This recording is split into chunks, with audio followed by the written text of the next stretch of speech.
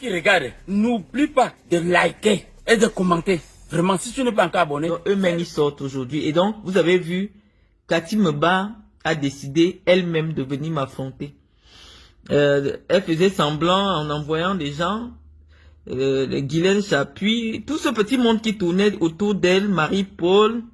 Maintenant, elle-même, elle prend le bâton de commandement. Et quand on voit son poids, parce que c'est une femme qui fait près de 100 kilos, hein, on s'attendrait quand même qu'il y ait de la pesanteur dans ses réactions, ou alors qu'il y ait un peu de réfléchi dans son attitude. Mais je vous avais déjà indiqué la petitesse de la personne. Et donc, moi, j'ai dit, je prends pas dedans. Cathy Meba, tu provoques des gens sur les réseaux sociaux. Comme tu es prompte à partir porter plainte et à mettre les relations de ton oncle en jeu, moi, je n'ai pas peur de toi. Donc, c'est pour ça que je vais prendre la parole et je vais te parler en vrai. Parce que moi, je ne passe pas par derrière. C'est ce que tu as fait à Marie-Paul. Tu as passé le temps à faire des attaques sur Marie-Paul et à laisser que les gens viennent l'insulter sur ta page pour courir après déposer une plainte contre elle. Aujourd'hui, elle est en prison. Elle purge pas encore une peine. Elle a affaire à la famille de Paul Biya. Donc, malheureusement, pendant que Paul Biya est là, elle n'aura pas droit. Elle n'aura pas le droit, comme tout citoyen, d'obtenir une justice équitable parce qu'elle a en face d'elle des gens qui se sont arrogés tous les droits. Et donc, la pauvre est actuellement enlevée et embastillée dans les cellules de Paul Biya, qu'elle a soutenu avec ses moyens à cause de toi, de ta jalousie. Et donc, Serge Tamba que vous avez invité au palais dernièrement, avec qui je t'ai vu, avec qui j'ai vu Chantal Biya, vous avez vu qu'il n'était pas à la hauteur du combat. Tu pouvais même faire semblant d'avoir pas vu. Qu'est-ce qui vous prend? D'avoir pas vu ce que j'ai écrit. Moi, je sais pas si moi j'étais à votre place. Hein. Déjà que j'ai été un peu proche des gens qui dirigent des pays. Donc moi, à cette époque, je répondais pas aux gens qui étaient en bas. Surtout si j'estime que la qualité de la personne, une personne qui ne peut pas payer un loyer, qu'est-ce que j'ai à faire avec elle? Non, je ne viens pas discuter avec elle. Non, je ne viens même pas répondre, je ne viens même pas faire un statut visé. Qu'est-ce que j'ai de l'action politique à mener. Je ne vais pas débattre avec toi. Mais je dis, le temps finit toujours par tout révéler. Tu as pris ton temps d'écrire un message à moi parce que c'est moi qui t'ai demandé, est-ce que tu n'as pas eu le temps d'étudier la communication politique? Parce que tu viens de porter à ton oncle le coup politique le plus dur. Les Camerounais se sont rendus compte en Mondovision, grâce à toi, que Paul Biya est un affabulateur. Quelqu'un qui est hors sol, qui ne connaît pas les réalités, qu'on peut mentir. Voilà, je ne sais pas ce que ça t'apporte, peut-être la petite gloriole personnelle, mais des avatars politiques comme toi disparaîtront avec Paul Biya. Parce que oui, malheureusement, des impostures comme toi existent parce qu'il y a un imposteur à la tête de l'État. Et donc, parce que toi, tu viens m'interpeller sur ma vie privée alors que je suis resté sur la vie politique. Je dis non. Même si aujourd'hui, je ne suis plus soutien de Paul Biya, je pense que c'est injuste. Si aujourd'hui, tu as un nom qu'on peut identifier, c'est grâce à ce monsieur. Mais comme tu es une écervelée, c'est-à-dire pour toi, dans le vide sidéral qu'il y a dans ton esprit, tu ne te rends pas compte que fragiliser le discours politique de ton père, parce que je n'aime pas utiliser le nom oncle, fragiliser le discours politique de ton oncle auprès de la jeunesse est un coup politique très dur que tu viens d'infliger à ton père, parce que parfois les coups sont impactants, non pas par leur poids, mais par la qualité des personnes qui portent ces coups-là.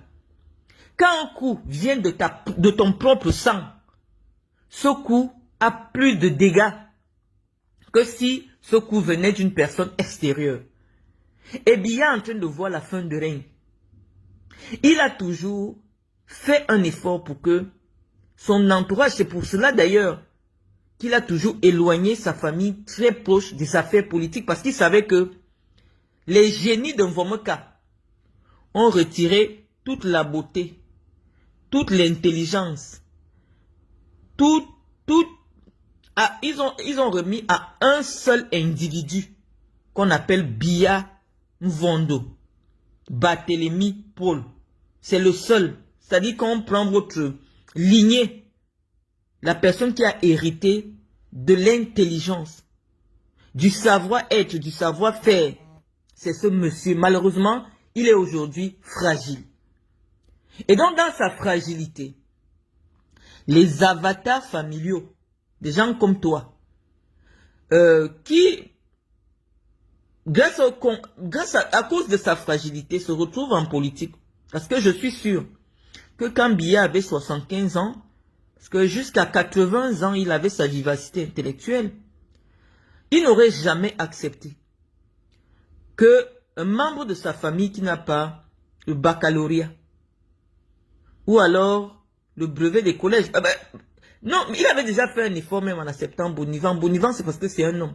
Il ne pouvait pas faire autre chose. Après avoir été soldat, il ne pouvait pas faire autre chose que de devenir député. Mais il aurait pensé que 2 élus dans sa famille proche étaient beaucoup, alors qu'il y a des jeunes de Mvomoka plus calés sur le plan intellectuel, qui ont des parcours. Et cet état de choses arrive parce qu'il est fragile. Il n'a plus les moyens, il ne maîtrise rien. On lui dit tout et n'importe quoi. Il découvre, il est spectateur de la gestion du pays dont il a reçu la responsabilité de la part des Camerounais depuis 43 ans. Et donc tu es venu mettre cela en nu. Et moi, c'est ça qui m'a heurté. Je dis oui. Nous sommes les ladies de la politique. Je pense que même si on n'est pas d'accord avec quelqu'un, lorsqu'on voit cette personne à terre, on s'arrête et on tire la sonnette d'alarme. On appelle l'ambulance. On appelle l'ambulance. En ce moment, Biya est à terre. Et toi, dans ton ignorance, est-ce que... Je ne peux pas appeler ça ignorance, dans ton handicap intellectuel. Tu te lèves pour faire un one-woman show, pour dire au président qu'on a menti. Non, un président est quelqu'un qui prend une décision après avoir reçu toutes les informations. Et donc apporter la preuve que le président peut se tromper publiquement.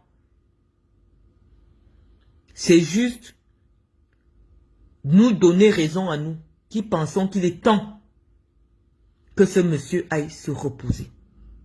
Tu vois, je reste toujours sur le plan politique. Je ne sais pas en quoi attaquer ta vie privée. Parce que lorsque tu parles de mon loyer ne s'inscrit nullement dans ma vie publique. Mes factures de nourriture ne s'inscrivent nullement dans ma vie publique. Je reste sur le plan public. Tu as mené une action, tu es conseillère de ma région, de mon département.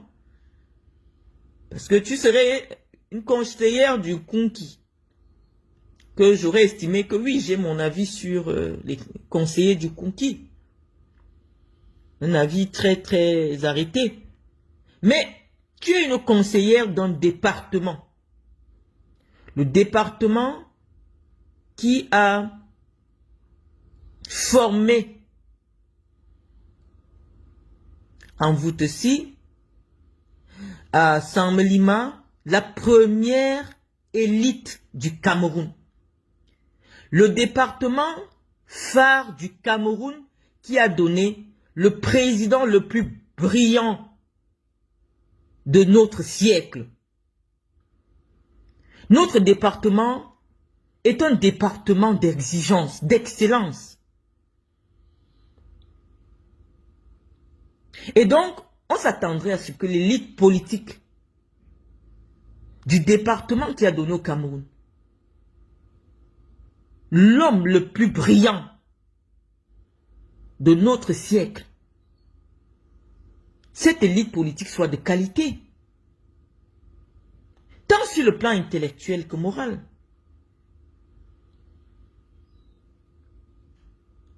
Oui, nous sommes des garants de cette histoire-là. Nos parents nous ont raconté l'histoire de notre département. Nous sommes fiers de cela. Nous n'avons pas besoin de route. Nous sommes fiers de l'héritage intellectuel et culturel que nous a légué René Djamafane. Celui qui a écrit l'hymne national du Cameroun. Oui, cet héritage intellectuel, nous devons la défendre. Et donc nous pensons que lorsque quelqu'un se lève en tant que représentant du Dja et Lobo, cette personne doit être le reflet de notre exigence intellectuelle, de notre rigueur intellectuelle. Oui, malheureusement, 2020, oui. Paul Biya a plus de 80 ans. On ne va pas aller regarder. On a mis le nom de qui conseiller. C'est les gens qui ont menti au président.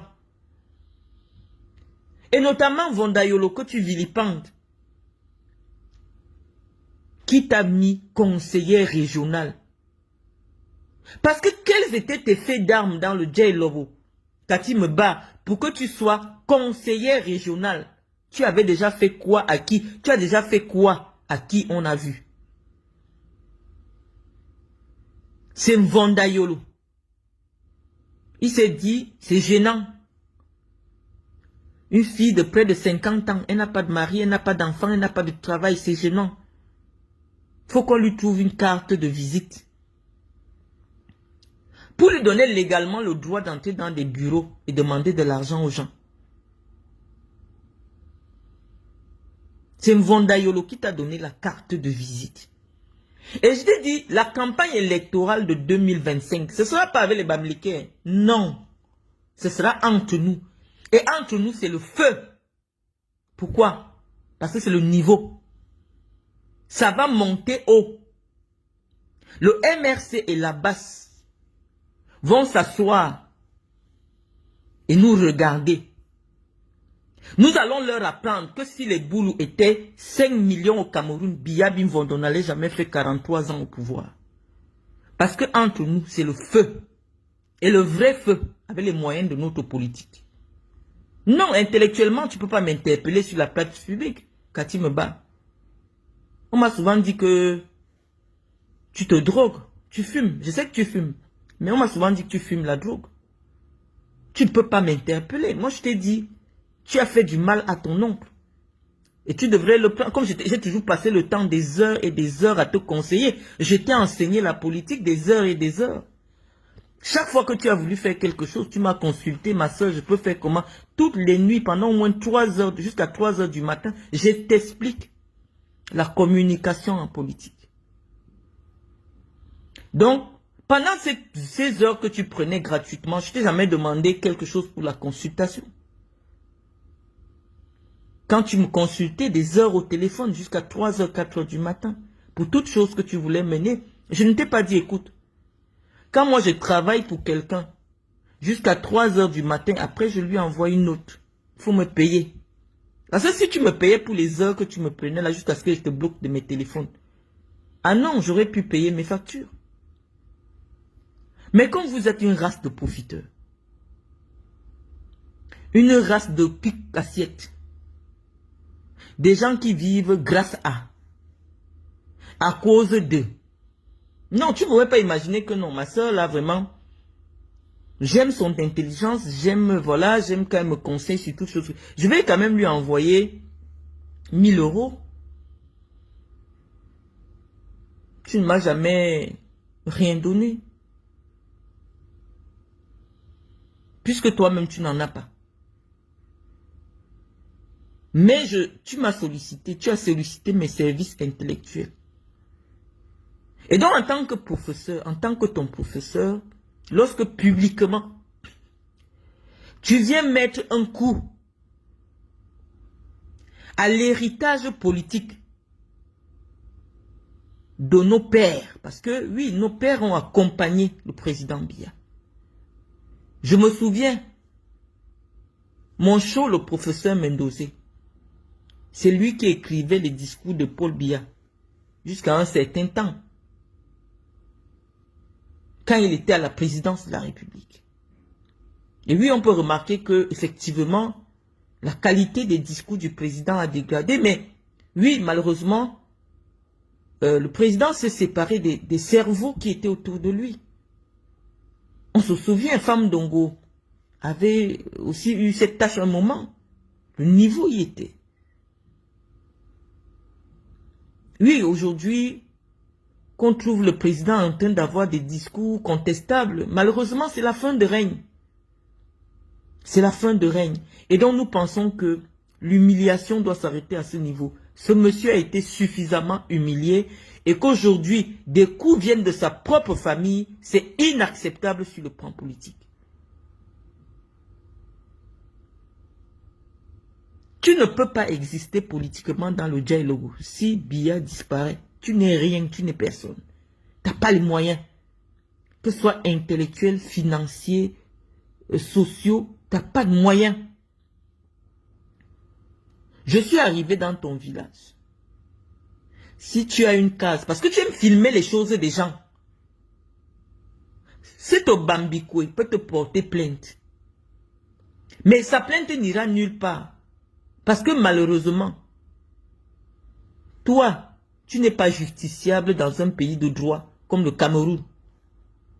Pour le simple fait que tu es la nièce de celui qui est président. De quel droit te permets-tu d'aller filmer l'entreprise de quelqu'un? Est-ce que tu connais son manque à gagner? Est-ce qu'une entreprise, lorsqu'elle est constituée sur le plan légal, a besoin forcément d'avoir des bureaux? Toutes les holdings américaines, toutes les entreprises françaises qui ont seulement besoin d'une boîte aux lettres, qui font des chiffres d'affaires en centaines de millions d'euros, c'est une boîte aux lettres.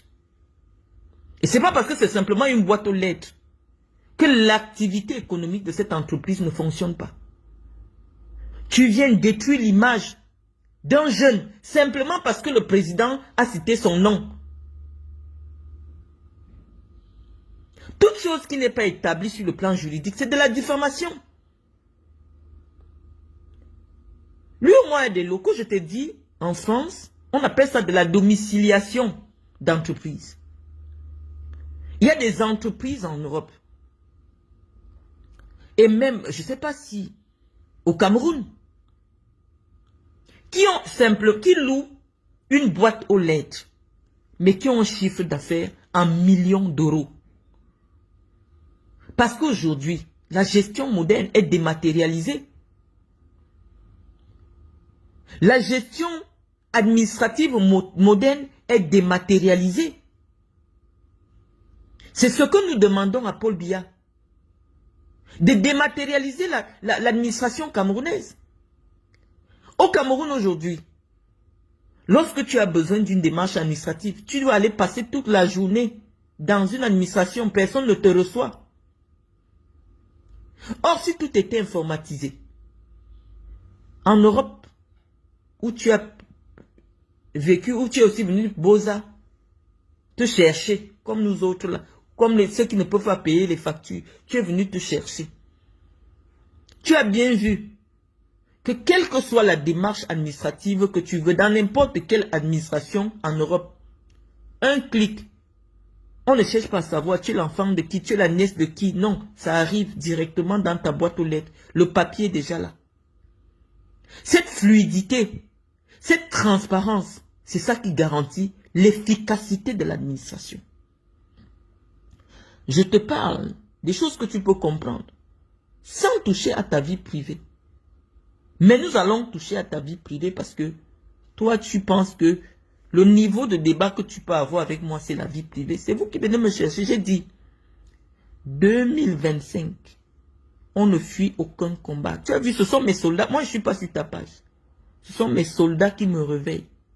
Moi, j'ai fait la fête de la Saint-Valentin hier. Moi, j'ai un homme dans ma vie que je peux montrer. J'ai fait ma Saint-Valentin, on me réveille, il y a combat.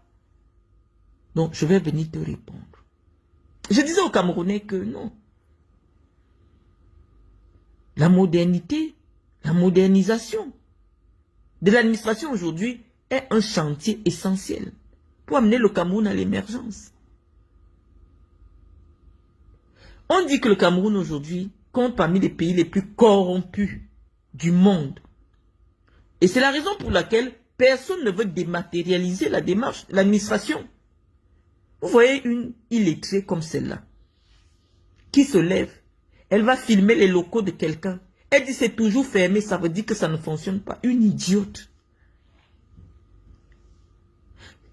Le fonctionnement d'une entreprise dans un pays qui marche,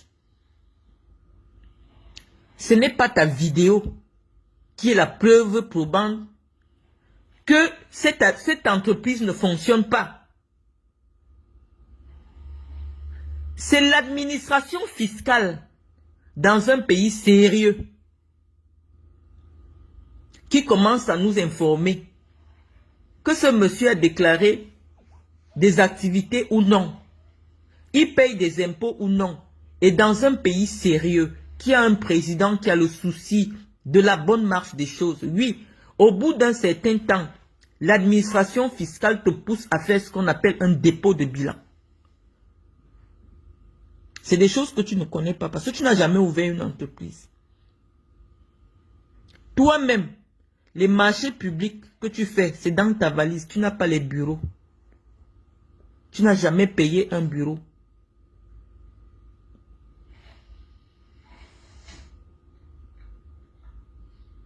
Donc, les marchés publics que tu fais, si on te demande, montre-nous l'entreprise, ton entreprise et les employés, tu ne peux pas. Parce que ce n'est pas ça qui fait sur le plan du droit. Ce n'est pas l'entreprise physique qui garantit la vitalité de l'entreprise. Je ne sais pas dire, ce n'est pas le bien physique qui garantit la vitalité d'une entreprise.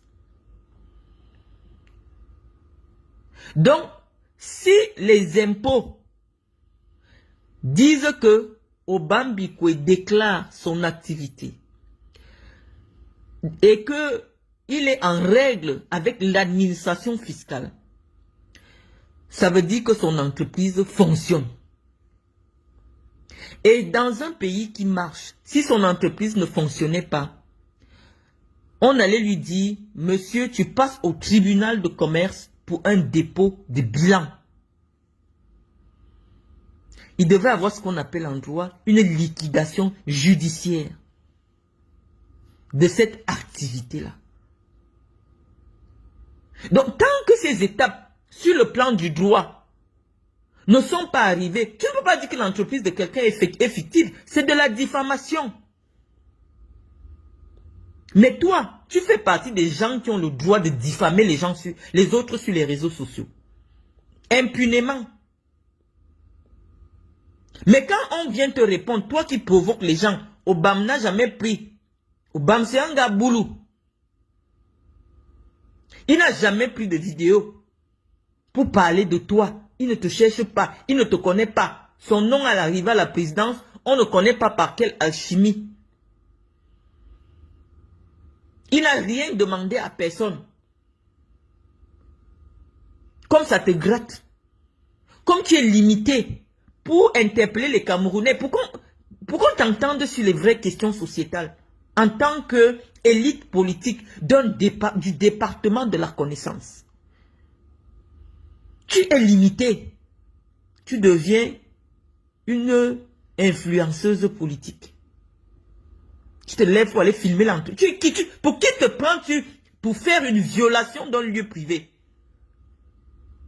Tu penses qu'on a le droit d'accéder dans un lieu privé et de le filmer et mettre sur les réseaux sociaux?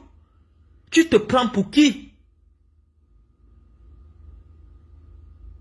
Mais Bikwe ne peut pas porter plainte. Sa plainte n'ira nulle part. Est-ce que tu peux évaluer le manque à gagner, le discrédit que tu poses sur quelqu'un qui ne t'a rien fait? Es-tu conseillère régionale de l'océan? Oui. Et comment ça fonctionne, un conseil régional?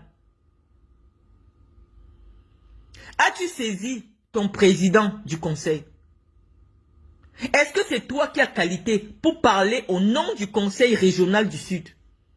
Est-ce que c'est toi qui incarnes le conseil régional? Tu te prends pour qui? Madame Meba, je suis venu t'interpeller. Je suis né dans le Djailogo.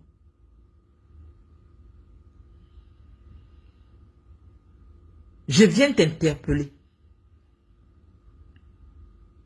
Tu te prends pour qui? Pour prendre ta caméra, aller violer un lieu privé, de filmer des gens à qui tu n'as pas demandé l'autorisation d'utiliser leur image. Tu vois de pauvres paysans qui répondent naïvement, qui ne savent pas que tu es venu pour une entreprise machiavélique, les filmer et les mettre sur les réseaux sociaux. C'est pour cela que lorsqu'on m'a filmé, j'ai dit ça, la commande vient de vous. Parce que c'est vous qui n'avez pas, quand je dis vous, toi, Chantal Biya, les gens qui n'ont pas plus du CEP là, comme vous ne connaissez pas la loi et vous vous en fichez, vous êtes au-dessus de la loi. Vous avez le droit d'envoyer filmer les gens et mettre sur les réseaux sociaux. Parce que pour vous, une vidéo comme celle-là est une preuve. Oui, en diffamation, c'est une preuve. Mais devant un tribunal, ce n'est pas une preuve. Pour toi, c'est la preuve que son entreprise ne fonctionne pas. Parce que tu n'es pas allé à l'école, tu n'as pas étudié le droit. Donc, comme tu vas apprendre la communication politique, avant, je te l'enseignais en privé. Je vais te l'enseigner en public. Parce que toi, tu es venu me chercher. Tu me cherches depuis, j'évite. J'appelle même tes frères que mais Cathy me cherche. Non, je t'évite depuis. Comme tu veux maintenant venir avec moi en public, je vais te traiter. Je vais t'enseigner le droit en public. J'étais en train de t'expliquer, Cathy Meba, que c'est le tribunal de commerce qui est le seul habilité à se lever et dire que cette personne fait une activité fictive et fait un dépôt de bilan et une liquidation judiciaire. Si ce monsieur te dit que ce n'est pas son entreprise là-bas, quelle est la preuve que tu as pour dire que c'était ça son entreprise? Est-ce que tu as présenté un document? Est-ce qu'on t'a présenté un document probant comme étant le lieu qui relie, le lieu où exerce, je ne sais pas. Mais attends, tu devais descendre là-bas avec l'administration fiscale, avec les impôts. C'est le patron des impôts de la région du Sud qui doit nous dire est-ce que cette activité marche ou pas. Il y a des gens avec une boîte aux lettres. Il est capitaine d'industrie, c'est-à-dire qu'il fait venir le blé de la Russie, il fait venir le blé du Maroc, il vend en France, lui-même il n'a pas de bureau. Mais on dit que c'est, mais son entreprise est au CAC 40. Il n'a pas besoin d'avoir le champ de blé, parce que comme vous êtes intellectuellement limité, pour gérer les transactions en matière de plantain, est-ce que j'ai besoin d'avoir les hectares de plantain? Non. Je m'arrange à avoir une chaîne de production. Est-ce que... Je ne sais pas. Je te prends l'exemple du magasin, du lieu qu'on appelle Rungis en France, là où tous les supermarchés de France s'approvisionnent en biens alimentaires. Les gens qui ont les magasins Leclerc n'ont pas les champs. Ils ont affaire à des gens comme Obambikwe qui connectent tous les cultivateurs. Quand on dit, toi tu fais dans le poivron, ils font le tour de l'Europe, le tour de la France pour collecter tous les producteurs. Il est assis derrière son ordinateur. Il est assis derrière son ordinateur. Mais il connecte tous les cultivateurs de poivrons du monde pour avoir le prix le plus attractif et le servir dans la chaîne des systèmes U, dans la chaîne de Leclerc. Un seul individu assis derrière son ordinateur. Il n'a pas le champ. Mais quand on va le présenter, on va dire que c'est le patron du poivron en France. Mais lui-même, il n'a pas le champ de poivron. Il n'a qu'un seul ordinateur avec lequel il se balade. Mais c'est lui qui approvisionne la France en poivrons. Donc, le fait d'aller filmer des bâtiments qui sont vides, oui, aujourd'hui, à l'ère de la digitalisation, tu peux installer ton secrétariat au Maroc.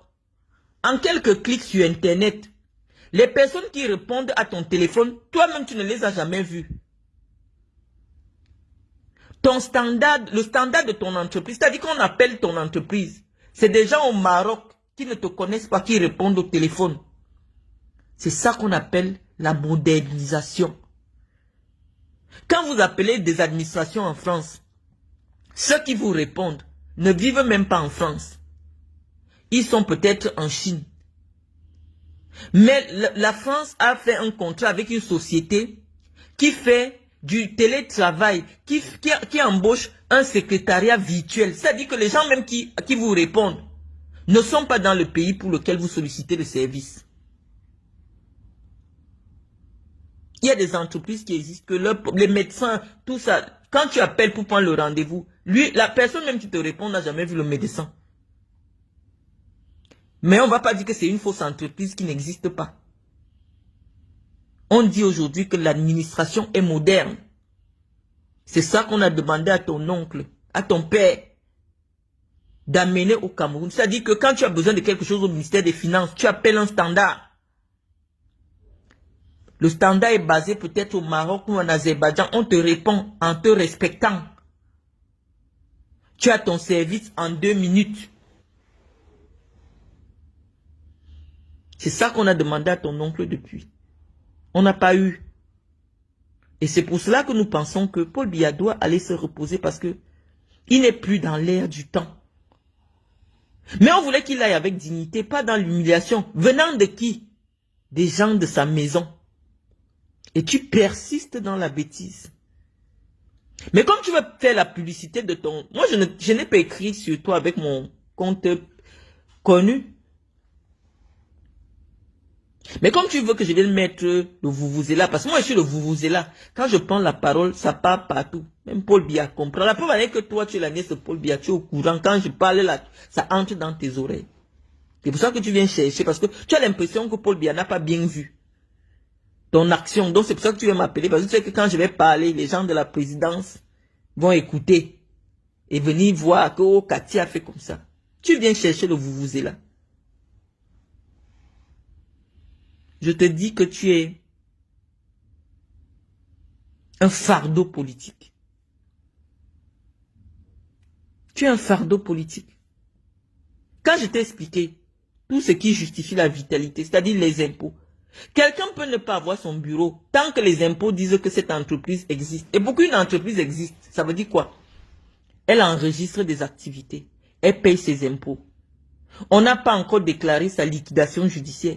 Juridiquement, elle existe. Et venir sur la place publique, dire que c'est une entreprise fictive, le président s'est trompé, on a menti au président, tu es dans ce que le droit appelle la diffamation. Donc à toi seul, dans ton ignorance notoire, congénitale compulsive, parce que même ton père n'est pas allé à l'école. Si tant il est vrai que c'est ton père. Il n'est pas allé à l'école. Donc c'est pour ça que je dis que ton ignorance est congénitale. Tu te lèves, tu te mets à diffamer un jeune qui ne t'a jamais offensé, qui ne représente pas un adversaire ni pour le régime, ni pour toi. C'est pour ça que je dis que tu ne sais pas faire la politique. Tu n'as jamais fait dans l'entrepreneuriat. Tu ne connais pas les difficultés qu'un jeune peut rencontrer au Cameroun quand il veut venir s'installer. Il peut avoir des factures qui sont bloquées. Il peut avoir des difficultés à avoir accès au crédit dans les banques. Ça, c'est encore une autre version. Oui, peut-être qu'il est en cessation de paiement. Parce que quand tu es entrepreneur, ça existe. Te retrouver à un moment où tu ne peux pas régler certaines factures. Tu n'as jamais entrepris. Tu n'as jamais eu une entreprise. Donc, c'est des notions qui te sont très éloignées. C'est pour cela que quelqu'un qui n'a jamais payé un loyer qui n'a jamais payé une facture d'eau, peut se lever et venir interpeller les gens sur les paiements des factures. On enlève le nom de Biya derrière toi. Tu peux payer une facture. Tu as déjà travaillé un jour quelque part? Est-ce que tu as déjà travaillé un jour quelque part avec la possibilité de louer une maison de 50 000 à Yaoundé? Parce que même si tu peux travailler, parce que j'ai vu, les gens veulent dire que tu as travaillé à la Sonnelle. Ton niveau intellectuel, à la Sonnelle, le salaire c'est 82 000. Les gens qui n'ont pas le BPC ont 82 000 francs. Ça veut dire que tu ne peux pas louer la maison de 50 000. C'est pour ça que tu es devenu une parasite républicaine. Tu vis sur le dos des Camerounais. Parce qu'en temps normal, tu n'es pas la seule nièce de Paul Biya. Ou le seul neveu, je ne sais pas. Non. Je connais des boss. Le petit frère de Bonivan, Bonaventure Vondassam, c'est-à-dire que dans la parenté, vous êtes au même degré par rapport à Paul Biya. Il vivait dans un camp cycle à 30 000 le mois, au camp cycle Loncac. 30 000 francs, la maison de l'État, il louait. Il est aussi neveu de Paul Biya, comme toi. Mais lui, il a eu le courage d'assumer sa vie. De ne pas vivre sur les dos des Camerounais. Il n'a pas les diplômes. Il faisait un petit travail. Il est parti vivre au camp cycle. C'est son niveau. Il a dit que je ne veux pas appartenir à la race des rapaces. Ceux qui raquettent les ministres, ils raquettent les DG. Je vais travailler. Il vivait au camp cycle. Je suis parti chez lui. Donc, parce que maintenant, on va entrer dans ta vie privée. Parce que si on reste dans le cadre politique, je vais te perdre. Tu n'as pas encore atteint ce niveau. Ou dans le cadre juridique, je vais te perdre. Quand je viens parler à quelqu'un, je fais un effort d'adapter mon discours à son niveau de compréhension. Je me suis exprimé pour les juristes tout à l'heure. Pour dire que non, ce que tu as fait est condamnable devant la loi du Cameroun. Tu n'as pas raison. On fouille ça dans... Tu fais du populisme. Le RDPC, c'est un parti de l'élite. Ce n'est pas un parti qui exerce la politique dans la rue.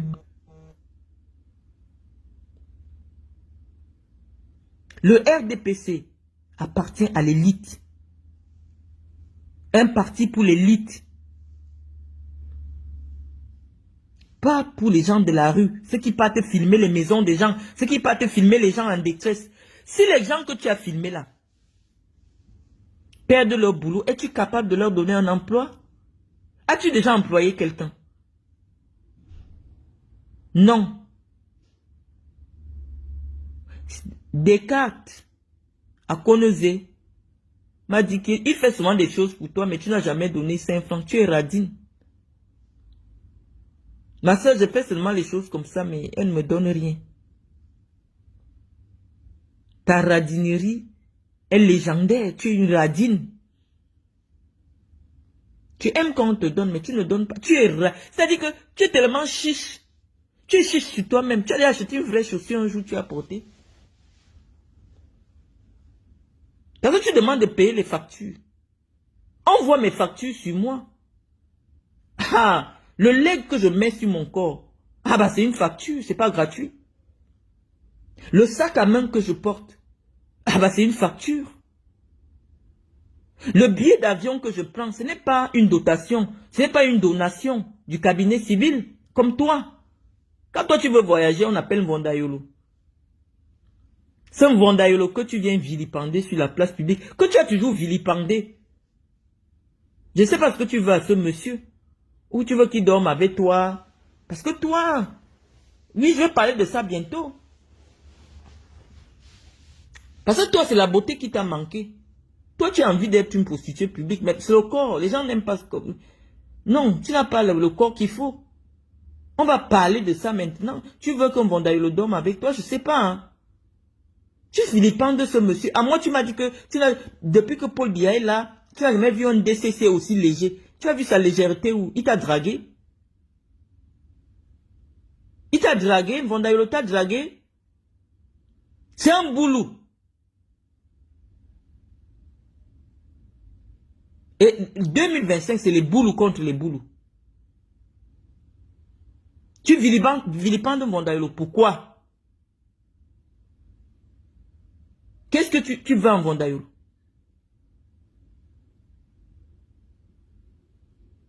C'est un boulot.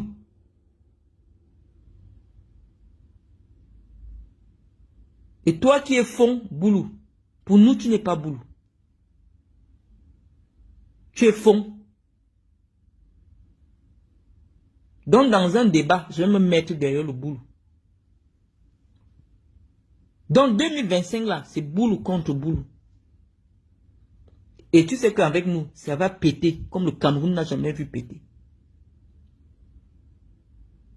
Ce que vous voulez sur la place publique, là, si tu as de la hauteur, j'ai dit, va apprendre la communication politique, tu fais vu ignorer. Mais comme tu veux le show, tu viens me chercher. Moi, je te disais que je paye mes factures. Mes factures se voient sur moi. Toi, même un vrai vêtement. Je suis entré dans ta chambre, un vrai drap de lit, tu n'as pas. Tu dormais chez ton père. Quand tu veux aller à l'hôtel, on appelle Vondaïlo. Sur la souffrance des Camerounais, tu vis depuis 43 ans. Parce que ton père n'a pas fait fortune parce que il était directeur d'une institution où il est allé à l'école, où il a fait quelque chose. Non, ton père a vécu, il a grandi. Parce que si ton père aujourd'hui a peut-être 77 ans, je ne sais pas quel âge il a, parce que c'est le dernier petit frère au président. Ça veut dire que quand le président est arrivé au pouvoir, lui, il devait avoir 29 ans. Il n'a jamais pensé qu'il peut chercher le travail quelque part. Mais s'il a une maison à Bastos aujourd'hui qui vaut 800 millions, il a travaillé où? Donc un peu de dignité. Un peu de dignité, un peu de... Vous qui avez... Le problème c'est que je ne peux même pas trop te reprocher. Parce que à un moment donné, le président vous a un peu mis à l'écart. En tout cas, Chantal Biya. C'est ce que toi-même tu m'as dit. Donc tu n'as pas... Cet homme partira avec la richesse qui est en lui. Il n'a pas eu le temps de vous la communiquer. Cette hauteur d'esprit, cette discrétion, ce qui a fait la classe de l'homme politique. Il va partir avec ça. Personne ne peut retrouver du Biya en toi. Tu es si vulgaire. Tu es si terre à terre. Tu es si ignorante, si indisciplinée, que associer même ton nom à Paul Biya serait la salissure la plus utile. Mais on dit que vous êtes parenté. On n'a pas acheté au marché. Tu n'as pas acheté. Vous êtes parenté. Je ne sais pas connaître le degré de votre parenté. Mais vous êtes parenté. Tu portes le nom de son petit frère. Et c'est ça qui te donne tous les droits. D'humilier, d'organiser les humiliations de tes frères du Dja et Lobo. Moi, tu as participé à mon humiliation politique publique depuis des mois, des années. Comme tu vois que tes soldats, le combat les dépasse, toi-même tu veux entrer dans la danse. Est-ce que tu as le niveau? Mais quand je vais te toucher en vrai. On va commencer parce qu'il ne fallait pas me répondre. J'ai dit à tous les Camerounais, à tous les boulous qui sont ici sur ma page, que c'est toi, depuis le jour que ces petits sont venus me voir, que Marlène, tu es une fille du Dja et Lobo. Viens faire des activités dans le Dja et Lobo. J'ai toujours contourné le Dja et Lobo. Je faisais toutes mes choses dans l'envie là. Mon humiliation sur la place publique a commencé. De Aline Zomobem, de Marie-Paul Paul, toutes les femmes qui t'ont... J'ai expliqué ça de manière pédagogique. Et comme je dis toujours aux Camerounais qui m'écoutent, Quand je vous dis quelque chose, prenez 2 ou 3 mois. Vous allez dire que Marlène avait raison. Tu viens m'interpeller sur un loyer. Parce que toi, tu ne diffames pas. Actuellement, tu as une procédure pendante devant les tribunaux camerounais, dans laquelle tu prétends que quelqu'un t'a diffamé. Diffamer veut dire quelque chose qui n'est pas vrai sur quelqu'un. Je sais, hein, parce que pour toi, dans ton esprit, tu n'as pas cité mon nom, donc juridiquement, tu n'es pas coupable d'un fait de diffamation en ce qui me concerne. Mais sous cette publication, les gens affichent ma maison, les gens écrivent mon nom. Mais pour toi, ce n'est pas de la cybercriminalité. Lorsqu'on lit le long discours, parce que tu écris beaucoup, tu sais que les boules parlent beaucoup. Les femmes boules parlent beaucoup, tac, tac, tac, tac, tac, tac, tac, tac.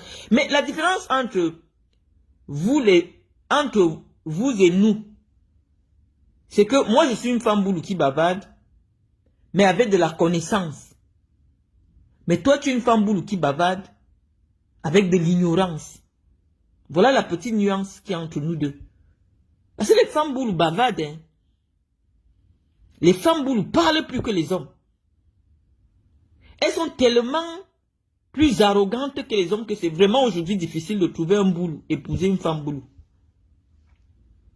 Donc toi, tu bavardes dans l'ignorance.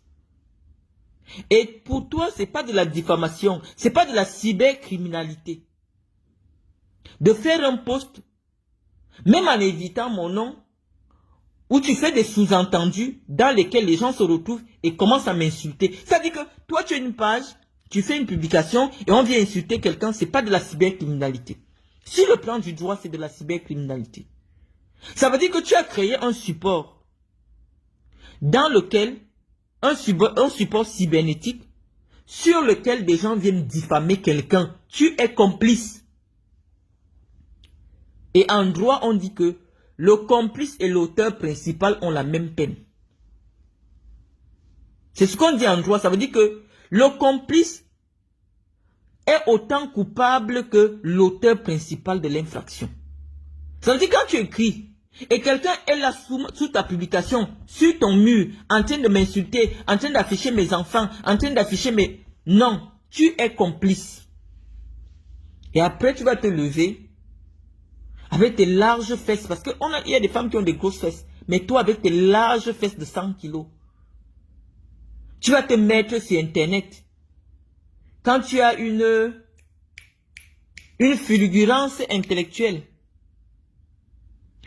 tu te mets, vraiment, le Cameroun est un pays de droit, c'est pas parce que je suis la nièce du chef de l'État que je n'ai pas le droit de me plaindre devant la justice. Je ne sais pas qui tu es en train de vouloir séduire. Tu n'es pas là à l'école.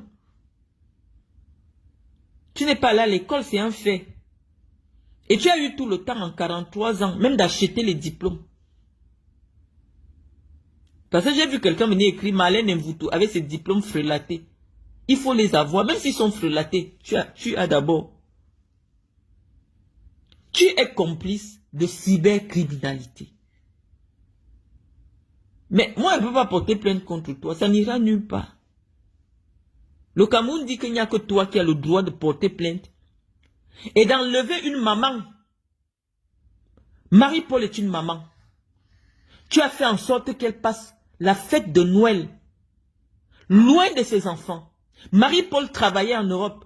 Aujourd'hui, elle aura des factures de loyer impayées. Parce que tu veux lui prouver que tu es la nièce du chef d'une république bananière. D'une république qui a créé 2 catégories de citoyens.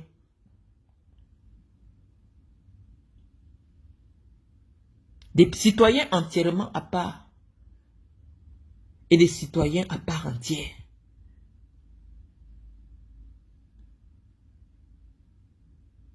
Oui, tu n'as jamais payé un seul impôt au Cameroun. Tu sais même pas comment ça se passe. C'est pas de la diffamation, je te connais, j'ai marché avec toi. Je te connais. Toute ton activité, c'est d'entrer dans le bureau du ministre de la Jeunesse, qui est ta connaissance, comme tu m'as expliqué. Que c'est un ami à toi. Tu fais un montage. La GERC va défiler dans toutes les 10 régions du Cameroun. Il faut les maillots, il faut machin. Coût de la facture, 110 millions. 10 millions pour chaque. 12 millions. On te paye. Tu sors peut-être 2 millions pour faire les t-shirts. Le reste est dans ta poche. Voilà ton activité entrepreneuriale.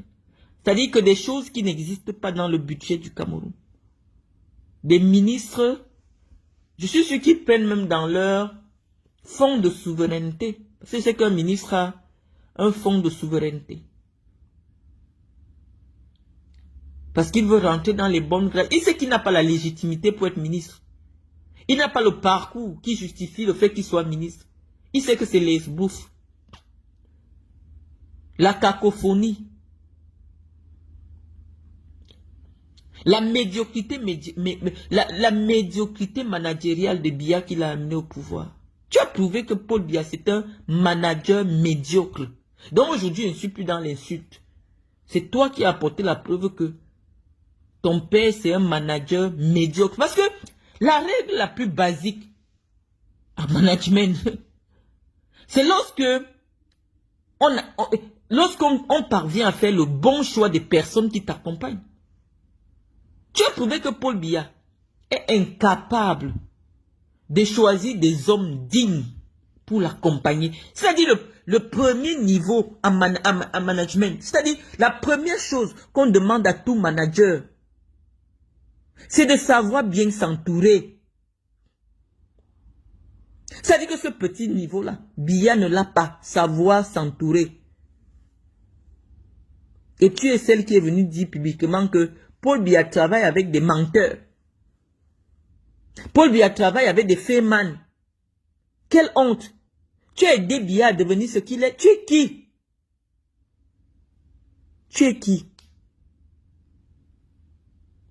Pour venir salir 43 ans d'efforts. C'est pour ça que je lui demande de partir. Parce que c'est pour vous qu'il est encore là. S'il n'est plus là, Chantal Biya va acheter le sac Dior avec quoi?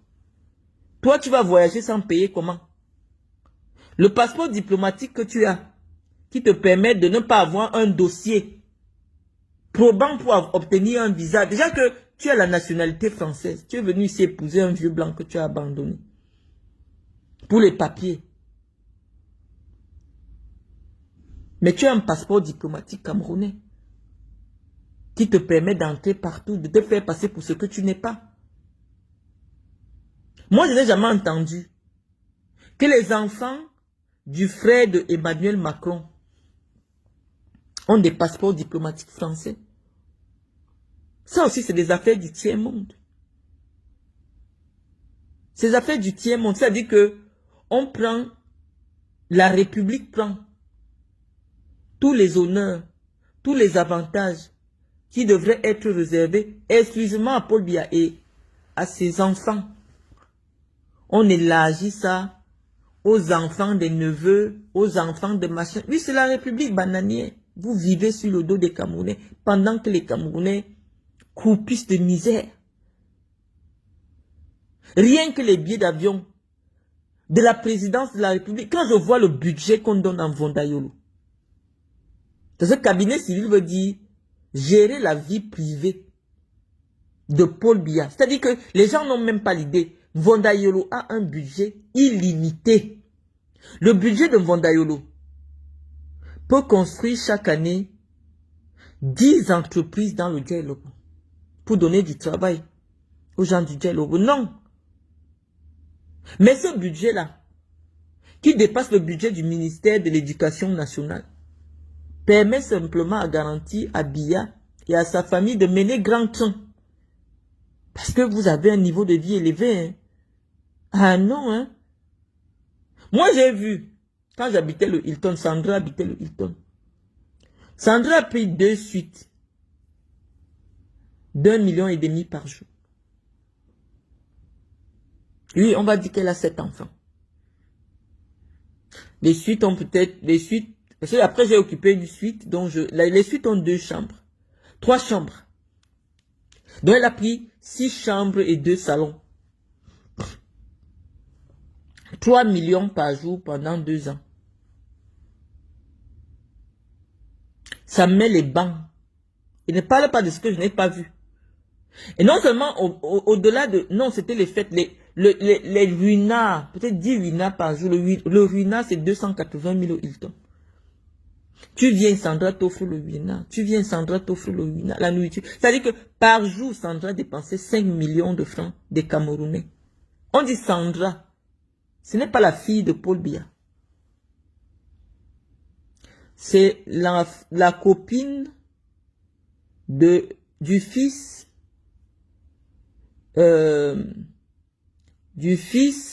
comment on appelle ça? Il est le fils quoi? Parce qu'on ne l'a pas reconnu. Du beau-fils de Paul Biya.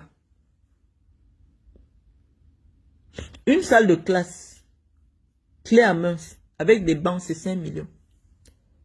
C'est ce que Sandra S. Elle s'appelle S par abus parce qu'elle n'est pas légalement mariée. Sandra, l'influenceuse, coûtait chaque jour à l'État du Cameroun. Donc on imagine un peu l'étendue du gaspillage.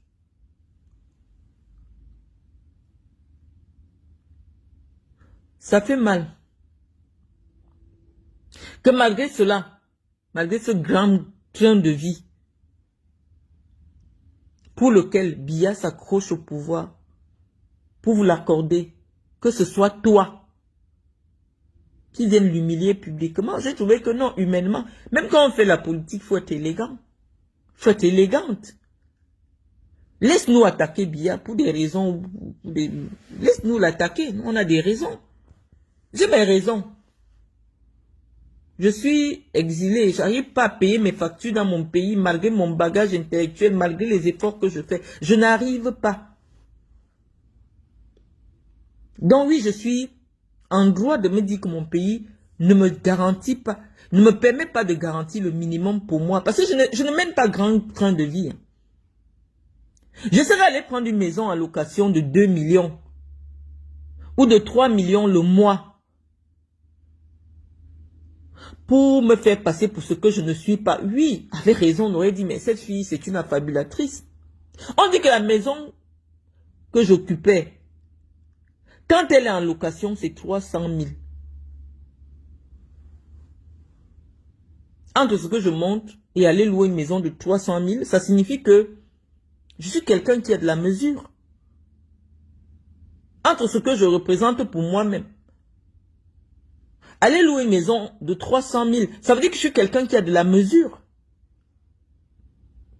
On se serait attendu que j'arrive à Bastos, je prenne une grosse maison de 5 millions, de 4 millions le mois et que je sois bloqué pour ne pas payer. Non, même si je prends un loyer, je m'assure à ce que ce loyer soit dans mes capacités. Est-ce que toi, tu peux louer une maison de 300 000? Tes émoluments de conseiller régional, parce que tu n'as pas un travail.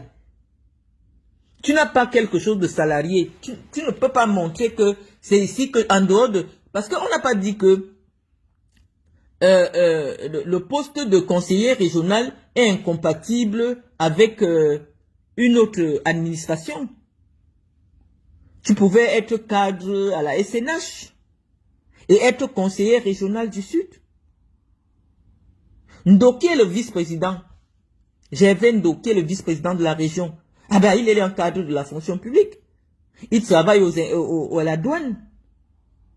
Ça veut dire qu'on n'a jamais dit qu'il y a une incompatibilité. Il n'y a pas une incompatibilité. Tu pouvais bien travailler, mais tu n'as jamais travaillé. Et comme tu n'as jamais travaillé, tu n'as pas une entreprise. Tu ne payes pas les impôts. Tu ne peux pas louer une maison. Parce que ton train de vie dépend de la mendicité. Bon, ton niveau, comme tu es là, quand même une mendiante VIP. Moi, je vais dire que du racket. Parce que les racketteurs, c'est un haut niveau encore. Du trafic d'influence. Voilà ta source de revenus.